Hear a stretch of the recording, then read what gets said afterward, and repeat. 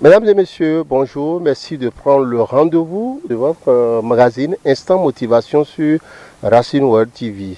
Aujourd'hui, c'est un peu spécial ce numéro. Nous allons nous entretenir pour la première fois avec le docteur Louis Amoussou, que vous connaissez déjà, qu'on ne présente plus. Il est avec nous ce soir. Bonsoir docteur. Bonsoir monsieur le journaliste. Vous êtes coach motivateur, vous êtes connu des réseaux sociaux et bien d'autres médias. Les internautes vous connaissent dans l'enseignement de la parole de Dieu à travers la motivation. Alors ce soir, nous allons nous entretenir sur un thème qui a rapport donc à la destinée de l'homme, de l'humain que nous sommes. La compagnie, comment la compagnie peut influencer la destinée de l'homme.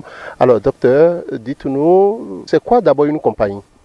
Merci beaucoup. Avant de répondre à votre question, je voudrais d'abord saluer nos aimables auditeurs de l'émission Instant Motivation, où que vous soyez, que la paix et la grâce de notre Seigneur Jésus-Christ soient avec vous. Merci pour votre fidélité. Chers journalistes acadiens, c'est une question importante. La compagnie, c'est en fait notre environnement physique.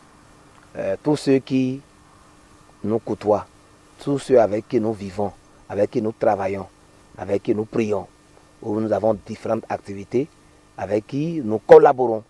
C'est des êtres humains, c'est des personnes avec qui on échange au jour le jour. On les appelle simplement notre compagnie. Voilà, alors nous allons maintenant entrer dans le vif du sujet. Comment la compagnie peut-elle donc influencer la destinée d'un homme?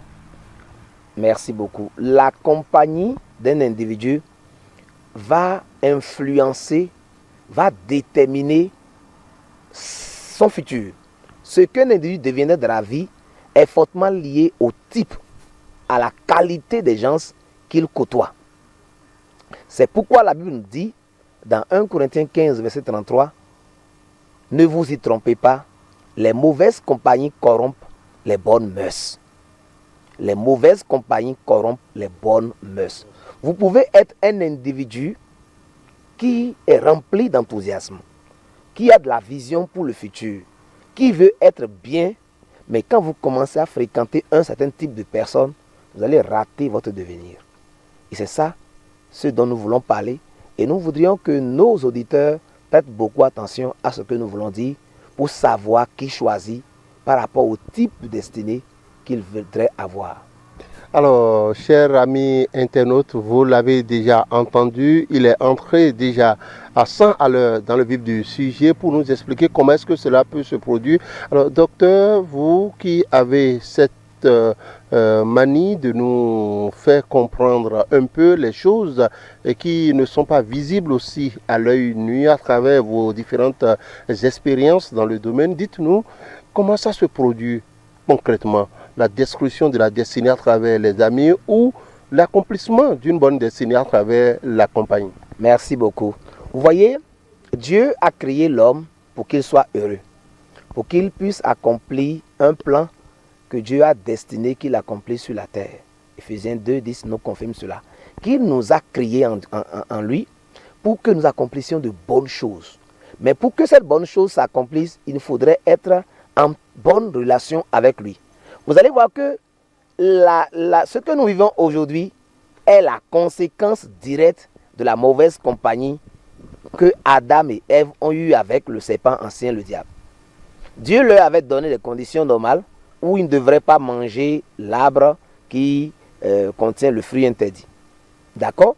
L'arbre de la connaissance de la vérité, d'accord? Du mal et du bien. Alors, le diable est venu rentrer dans le serpent et a commencé à créer le doute dans la tête d'Ève. Et vous savez les conséquences. Vous voyez déjà, il ne devrait pas être en compagnie du diable. Et quand il est venu, il a court-circuité le plan de Dieu en les induisant dans la rébellion. Beaucoup d'individus aujourd'hui sont devenus fumeurs, sont devenus drogués, sont devenus alcooliques à cause des gens qu'ils fréquentaient. C'est même pauvres. Pauvres à cause des gens qu'ils fréquentaient. Vous voyez, des gens n'ont pas pu étudier à cause de leur compagnie. Dans la même occasion, des gens qui étaient pauvres ont commencé à fréquenter des gens et sont devenus riches honnêtement, c'est-à-dire de façon licite. Des gens qui étaient moins brillants ont quitté l'Afrique, sont allés dans un autre pays africain ou en Europe et sont devenus hyper brillants. Donc le cadre dans lequel un individu se trouve, les gens qu'il fréquente vont déterminer ce qu'il sera. Et c'est très important que nous comprenions. Nous sommes en 2024 et chacun de nous prépare déjà des choses pour 2025. Voilà. Qu'est-ce que mes enfants vont devenir? Qu'est-ce que je vais devenir? Voilà que ça ne va pas. Et nous crions que c'est difficile. Quand vous êtes quelque part où tout le monde est négatif, c'est dur, qu'on accuse que les gouvernants, où irons-nous? Est-ce que nous sommes conscients de notre responsabilité par rapport à notre devenir? C'est de ça qu'il s'agit ici. Donc, pour répondre à votre question, de façon à savoir l'influence sur la destinée, Dieu a été clair, il a parlé par l'apôtre Paul, dans 1 Corinthiens 15, 33 qu'on a dit, mais rappelez-vous aussi dans le psaume 1, longtemps avant l'apôtre Paul, le psaume 1 nous dit « Heureux l'homme qui ne marche pas selon le conseil des méchants, qui ne s'assied pas en compagnie des moqueurs, qui ne s'arrête pas sur la voie des méchants. » Déjà, qu'est-ce que ça veut dire que heureux l'homme, ça veut dire que tu seras béni, tu seras prospère, tu seras intelligent, tu auras la joie. Si tu ne marches pas avec les moqueurs, si tu ne t'assois pas avec des méchants, tu ne te marches pas sur la voie des personnes de mauvaise vie.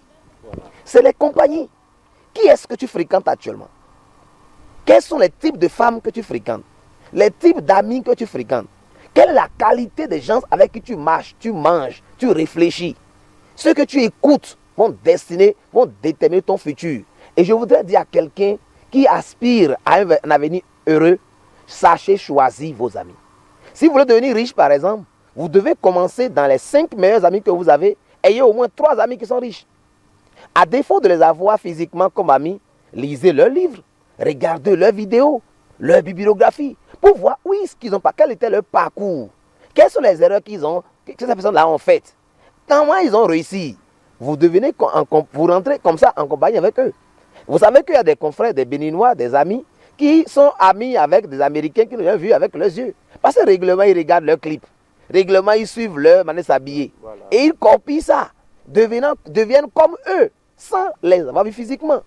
Et donc, la mauvaise compagnie n'est pas simplement physique ici, mais ça peut être l'entourage audiovisuel, le net, la qualité des films que vous regardez, etc. Alors, coach, vous avez parlé tout à l'heure de comment choisir ses amis, les riches et les gens qui développent de bonnes mœurs.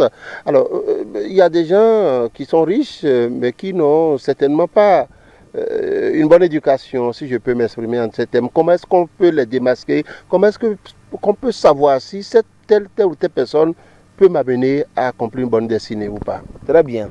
Déjà, nous devons dire que celui qui veut avoir une finalité, une destinée heureuse, la destinée d'un individu, c'est ce que Dieu a prévu pour la personne en fait. Il faut déjà avoir une bonne relation avec Dieu. Si vous voulez avoir une destinée heureuse, vous ne devez pas être loin de Dieu. C'est pour ça que je profite de l'occasion pour dire à quelqu'un qui m'écoute, si tu n'as pas encore Jésus comme ton Seigneur et ton Sauveur personnel, il faut accepter Jésus. Parce qu'il est le seul qui dans le temps et dans l'espace a démontré sa capacité à transformer les gens. À transformer le voleur en un homme intègre. À transformer le sorcier en un homme doux comme un agneau. À changer radicalement le pessimisme en un homme optimiste plutôt. Vous voyez un peu. Donc, et déjà, il faut commencer par avoir une bonne relation avec Dieu. Maintenant, quand vous avez une bonne relation avec Dieu, vous devez donc soupirer. Vous devez donc regarder, mais qu'est-ce que je veux devenir? Et en fonction de ce que vous voulez devenir dans la vie, vous allez commencer par observer des gens qui ont un avenir semblable. Exemple, je suis quelqu'un qui veut devenir riche. Parce que nous sommes en Afrique confrontés à la pauvreté. Voilà. Et c'est au quotidien. Manger, s'habiller, c'est un problème. C'est un problème, voilà. Et je suis fatigué de la pauvreté. La plupart de mes amis sont des pauvres. Et c'est avec eux que je marche chaque fois. C'est leur conseil que je suis. Tu ne peux pas finir la pauvreté. Tu ne pourras jamais finir la pauvreté comme ça. Il faut déjà voir autour de toi qui sont ceux qui sont dans un statut social meilleur que toi. Est-ce que je peux m'approcher d'eux pour pouvoir prendre conseil pour dire comment tu as fait ton commerce la marche? Comment tu as fait ton métier la marche? Comment tu as fait pour avoir ta promotion? Comment tu gères ce que tu gagnes? nous avons le même salaire, mais toi, apparemment, tu es plus heureux. Quels sont les secrets? C'est comme ça commence. Alors, donc, se rapprocher de ceux qui ont, dont la vie nous plaît, et prendre conseil. La Bible dit, cherchez et vous trouverez. Demandez, l'on vous donnera. Donc, je vais vers eux, je pose des questions utiles pour apprendre. Et quand j'apprends, j'applique. Tous ceux qui ne vont pas m'aider à accomplir ma vision, je commence par m'écarter d'eux. Ou du moins, je ne les fréquente pas régulièrement. Je suis camarade avec eux, mais je ne passe pas le clé de mon temps avec eux. Mais on se connaît en Afrique, quand vous étiez amis et que vous commencez par avoir des comportements différents, tout le monde vous traite d'égoïste et de tout. Et du coup, vous n'êtes plus aimé par vos amis. Vous n'avez pas besoin d'être aimé par les gens. Ce qui est important, chers amis, ne cherchez pas à être apprécié par les gens. Aussi longtemps que vous n'avez pas une identité, vous serez monsieur tout le monde. Et les monsieur tout le monde, la plupart des monsieur tout le monde sont des pauvres. Ce sont des gens qui n'accomplissent pas leur destinée. Si vous voulez accomplir votre destinée, vous ne devez pas choisir tout le monde comme ami. Ceux qui vous acceptent, qui épousent votre vision, vous allez avec eux. Mais ceux qui n'épousent pas votre vision, naturellement, ils vont s'écarter. Alors, docteur, nous allons évoluer. Dites-nous comment peuvent-ils faire, ces gens qui sont déjà dedans? Comment est-ce qu'ils peuvent commencer par s'écarter? Comment est-ce qu'ils peuvent commencer par se réorienter pour accomplir une bonne destinée? Merci beaucoup. Déjà, quand vous avez fait l'état des lieux de votre compagnie et que, en analysant l'impact que vos amis, vos collaborateurs et ces personnes-là ont sur vous, et que vous êtes arrivé à la conclusion que leur fréquentation est toxique pour vous, c'est-à-dire nuit à votre vie, à votre évolution, à votre destinée, vous devez vous asseoir pour dire, mais est-ce que je continue avec eux ou pas? Vous avez déjà compris que c'est toxique. Donc si vous vous aimez, la seule manière de faire, c'est de se séparer. Mais la séparation ne doit pas être brutale, ne doit pas être, comment on peut dire, invective. Voilà. Elle doit pouvoir être paisible en fonction des différents choix que vous allez commencer par faire. Vous devez vous rapprocher de vos amis et leur dire, bon, à partir d'aujourd'hui, telle chose que nous faisons ensemble là, je ne veux plus faire ça. Je connais par exemple des gens, dès qu'ils prennent leur salaire, avant le 15 du mois, ils ont des activités. Pourquoi? Ils aiment appeler les camarades pour aller dans les bars, pour prendre des pots. Il fait le pharo, il fait le gentil. Il invite ses camarades, il achète 2 bières, 3 flags, 4 flags à des camarades, 5 personnes à qui tu achètes des flags, 3 bouteilles chacune, vous buvez chaque 3 jours, chaque 4 jours. Vous ne pouvez pas construire votre avenir en vivant cette vie-là. Je ne dis pas de ne pas boire. Si je prends ce cas d'espèce, vous devez donc comprendre que cette manière de faire est mauvaise. Vous allez dire, à partir d'aujourd'hui, chers camarades, je ne peux plus me mettre avec vous pour qu'on fasse tontine de boisson et chaque fois on achète et on dépense alors qu'on n'a pas nourri les enfants à la maison, là, je ne peux pas. À partir de maintenant, là, je ne peux plus me trouver avec vous. S'ils vous rejettent parce que vous ne voulez plus continuer votre soir avec pour boire, ça va être tant pis pour eux, mais tant mieux pour vous. Parce que cette séparation va vous permettre de faire des économies, va vous permettre donc de vous concentrer, de voir ce que vous pouvez faire avec cet argent que vous dilapidez. Vous voyez un peu. Je donne un autre exemple. Vous êtes quelqu'un qui est généralement négatif. Parce que ceux que vous fréquentez peignent la vie en noir. Alors, vous remarquez que chaque fois que vous êtes négatif, vous n'espérez pas. Vous pensez que le gouvernement est méchant. Vous pensez que les dirigeants ne sont pas gentils. Ils sont la cause de votre problème. Vous pensez que vos parents sont la cause de votre échec d'aujourd'hui. Parce que papa n'a pas assumé ses responsabilités. Vous êtes tout le temps en train d'accuser les autres. Et vos camarades vous encouragent comme ça. Ça veut dire qu'ils ne vous aident pas. Quand quelque chose nous arrive, on doit avoir notre part de responsabilité. La plupart des gens qui sont devenus quelque chose aujourd'hui n'ont pas forcément eu un bon parent. Ne sont pas nés dans des familles où tout va bien. Ne sont pas nés dans les pays où, même aux États-Unis, il y a des pauvres. Bien qu'il y ait des riches, il y a des pauvres aux États-Unis. Aucun gouvernement ne peut sauver quelqu'un, sauver tout un peuple. Quelques-uns seront sauvés par le travail. Donc quand vous êtes négatif tout le temps, vous voyez que vos compagnies contribuent à cette négativité, vous commencez par les fuir. La Bible dit fuyez les mauvaises compagnies. Fuyez. De façon intelligente. Intelligente. Sans les insulter, on vous invite, je suis occupé. Vous commencez par les éviter. Ils vont constater que quelque chose ne va pas. Ils vont vous rappeler, mais pourquoi tu ne viens plus à nos réunions? Pourquoi tu nous fuis? J'ai des préoccupations, j'ai des attentes. Et souvent, le temps qu'on passe ensemble là ne m'arrange pas. Progressivement, ils s'en rendront compte, ils vont vous laisser la paix. Ils peuvent vous critiquer, vous en vouloir, vous insulter, vous railler. Mais vous savez que d'ici 5 ans, votre vie va devenir autre chose parce que vous avez changé de cap. Je veux juste dire, celui qui veut avoir sa destinée en main doit être courageux. Ne pas plaire, ne cessez pas à plaire à quelqu'un. Jésus a fait des miracles et pourtant à la dernière minute, ceux qui l'acclamaient ont dit lapidez-le. Regardez les gens qui finissent. Des présidents qui ont bien fait. Mobutu Sese Seko. Les gens chantaient, l'adulaient et le glorifiaient. Mais au soir de sa vie, ils l'ont lapidé, ils l'ont chassé. Donc si vous comptez sur des gens qui vous détruisent, demain ils vont encore les mêmes pour vous dire qu'il n'a rien fait de sa vie. Il vaut mieux qu'on vous haïsse parce que vous avez choisi d'accomplir votre vie que d'être acclamé alors que vous savez que votre finalité sera malheureuse. Mesdames et messieurs, chers internautes, nous évoluons pratiquement vers la fin de notre entretien avec le coach Louis Amoussou. Coach, vous avez certainement un mot pour conclure cet entretien et peut-être un appel à lancer à quelqu'un qui vous écoute. Bien aimé, monsieur Akoyatin, cet entretien est capital. Nous avons montré que le devenir de quelqu'un, la destinée de quelqu'un est fortement liée aux personnes qu'il fréquente. Je vais vous donner une image simple pour pouvoir donner un conseil.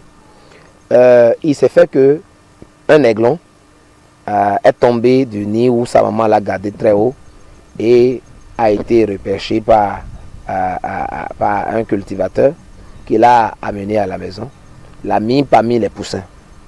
Et l'aiglon a naturellement vécu dans l'environnement où il a grandi avec les poussins jusqu'à atteindre un certain âge. Et donc, l'aiglon, vous savez que normalement un aigle vole, il va très haut. L'aiglon ne volait pas parce que les poussins ne volent pas. Ils sont tout le temps la tête vers le bas et non vers le haut. Et un jour, grandissant, l'aiglon a vu un aigle qui a volé au-dessus de la maison où ils étaient. Et quand il s'est regardé, il a vu qu'il était semblable, je résume l'histoire, hein, c'est un peu plus long, il a vu qu'il était semblable à l'oiseau qui a survolé leur maison. Mais quand il a regardé là où il est, croyant qu'il était un poulet, il voit qu'il y a une démarcation entre sa forme et les autres poussins qui ont le même âge que lui.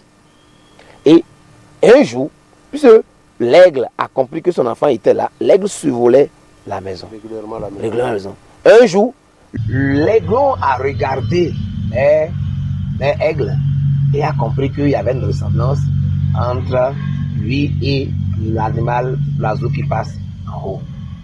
Après plusieurs survols, plusieurs jours, un jour, le petit aiglon s'est envolé, cherchant à imiter l'oiseau qui passait sur la clôture. La leçon à tirer de là est un peu semblable à ce que nous nous disons. Vous ne pouvez pas faire au-delà de ce que vous fréquentez. Les philosophes ont dit, les psychologues plutôt ont dit que chaque individu est la résultante des 5 premières personnes qui ont une grande influence sur sa vie. Vous ne pouvez pas être ce que vous devez être quand vous êtes influencé par des gens qui ne vont pas dans le même sens que vous. Je veux juste dire, ceux qui ont écouté cette émission, ce que vous allez devenir demain est étroitement lié au type de personnes que vous fréquentez chaque jour, au type de personnes que vous écoutez, au type de personnes que vous imitez. L'aiglon était là avec des poussins à manger des maïs, des trucs sur la terre, sans jamais goûter aux délices de l'air, sans jamais monter dans les sommets. Aujourd'hui, beaucoup de gens sont pauvres, sont malades, sont tristes, mal mariés, dans les difficultés à cause du type de personnes qu'ils côtoient chaque jour. Si vous voulez atteindre la hauteur, regardez vers ceux qui sont en haut et faites comme eux. C'est la conclusion que je vais donner à cette émission. Merci. Merci beaucoup à vous, coach Louis Amoussou, chers amis internautes, mesdames et messieurs. Vous l'avez donc compris, il faut savoir choisir sa compagnie pour accomplir sa destinée. Ce sera tout pour notre entretien, pour le compte, bien sûr, de ce numéro de votre magazine Instant Motivation. À dimanche prochain pour un nouveau numéro. Bonjour ou bonsoir chez vous, selon la position d'où vous nous recevez.